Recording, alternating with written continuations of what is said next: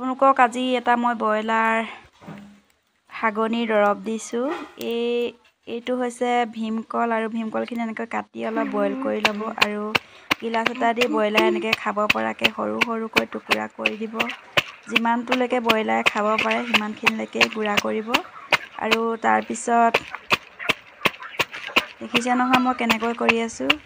আৰু অলপ দানা ল'ব, আৰু দানাখিনিত এইখিনি মিহলি কৰিব, আৰু যোনখিনি পানী ৰৈ গৈছিলে সেই পানীখিনিও মিক্স কৰিব। মিক্স কৰি ব্ৰইলাৰখিনিক ৩-৪ দিন খাবলৈ দিব। তেতিয়া লাহে লাহে হাগনিবোৰ টান হ'ব, আৰু ব্ৰইলাৰখিনিও অলপ ৱেটটো বাঢ়িব।